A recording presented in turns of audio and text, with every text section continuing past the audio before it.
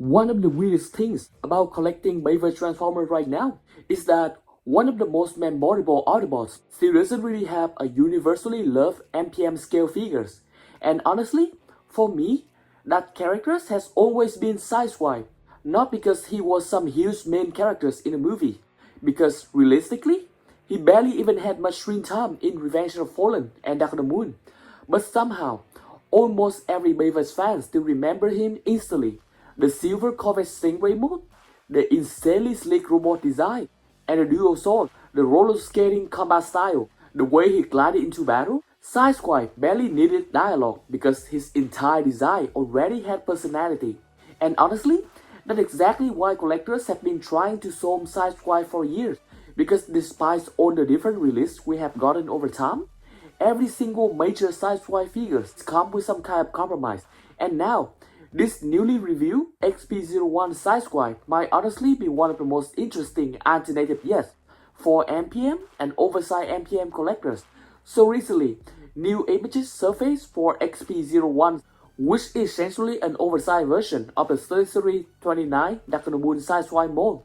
And honestly, these things feel surprisingly smart, not because it's revolutionary, not because it's trying to become the most screen accurate or most mechanically insane Sideswipe ever made, but because these figures seem to understand something really important that collectors have been struggling with lately. Sometimes, people just want a Sideswipe that looks clean, feel accurate enough, scale well, pose naturally, and doesn't cost an absurd amount of money. According to the current available information, XP-01 stands around 16.5 cm tall in robot mode and around 17 cm long in vehicle mode. These figures include 2 guns, 2 swords, and a Dark of the Moon Corvette Stingray convertible mode with actual interior details. And apparently, the figure is planned for release sometime around June 2026. Now technically speaking, yes, this is basically an oversized 33 figures. But honestly, that might actually be the best possible thing they could have done. Because even after all these years, 3329 is still arguably the best overall Dark of the Moon Sideswipe mold ever made in plastic form.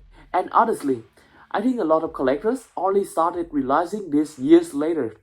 Because when 3329 originally released, people were much more focused on early 33 rolling paints, like scale inconsistency and the paint issue. The original version just had too much gray plastic going throughout, and engineering compromise across the line. So this mold honestly flew under the radar for a little bit. But revisiting it right now, these things aged really well. The silhouette still looks sleek, athletic, and the proportions still hold up. The articulation is still surprisingly solid, even by modern standards. And most importantly, it's actually captured the feeling of a movie Sideswipe extremely well, especially the sleekness. That's honestly the biggest thing, because Sideswipe is not supposed to feel bulky or overly mechanical. It's supposed to feel agile, fast, sharp, and stylish, almost like a futuristic assassin on wheels.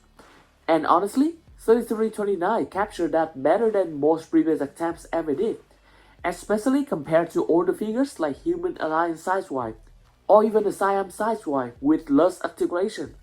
And now, XP-01 basically take that already strong mold, finally scaled up into proper MPM territory.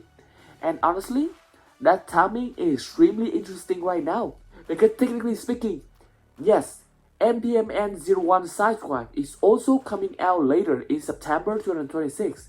But honestly, that figure has also become one of the most controversial Bayverse releases in recent memory, especially for the movie masterpiece line. Because while MPM-01 definitely looked impressive in certain areas, a lot of collectors also have major concern with it, especially the massive backpack and the noticeably undersized head sculpt. Those two things alone have been brought up constantly by collectors ever seen the review. And honestly, I completely understand why. Because Sideswipe is one of those characters where the silhouette matters a lot. His design is supposed to feel sleek, streamlined, and agile. So once the backpack becomes too large and visible from the front, proportions start feeling off. The entire vibe of the character changes pretty quickly. And honestly, I think that's why so many collectors are still looking at alternatives, even with MPMN-01 Sideswipe coming out.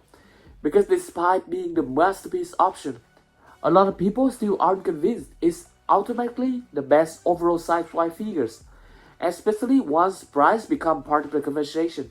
Because realistically, MPMN-01 is going to be dramatically more expensive than the XP-01 Sideswipes. Collectors today are way more selective with where they spend money. People are asking, does these figures actually feel worth it? Not just, is it complicated? And honestly, this is where XP-01 becomes really interesting. Because weirdly enough, these figures might actually offer the best overall balance out of all the major MPM-scale Sideswipe options on the market.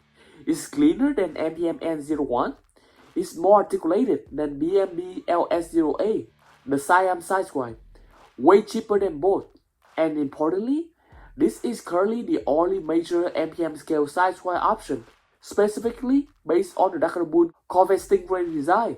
And honestly, I think that's matter way more than people realize, because most high-end Sideswipe figures always focus heavily on the Revenge of Fallen design, but Takara Moon Sideswipe always felt really overlooked, which honestly makes this release feel surprisingly refreshing, especially for collectors trying to build a proper Takara Moon Autobot displays.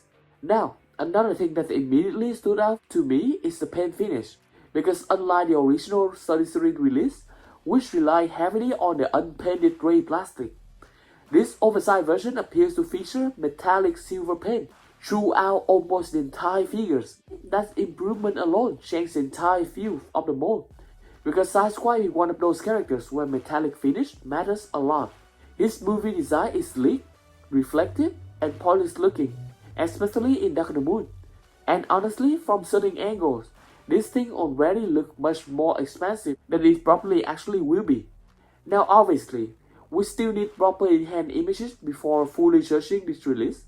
We still need to see the joy tolerance, the plastic quality, the paint durability, because oversized KO can sometimes dramatically improve a mold, but other times, they can also create balancing and stability issues.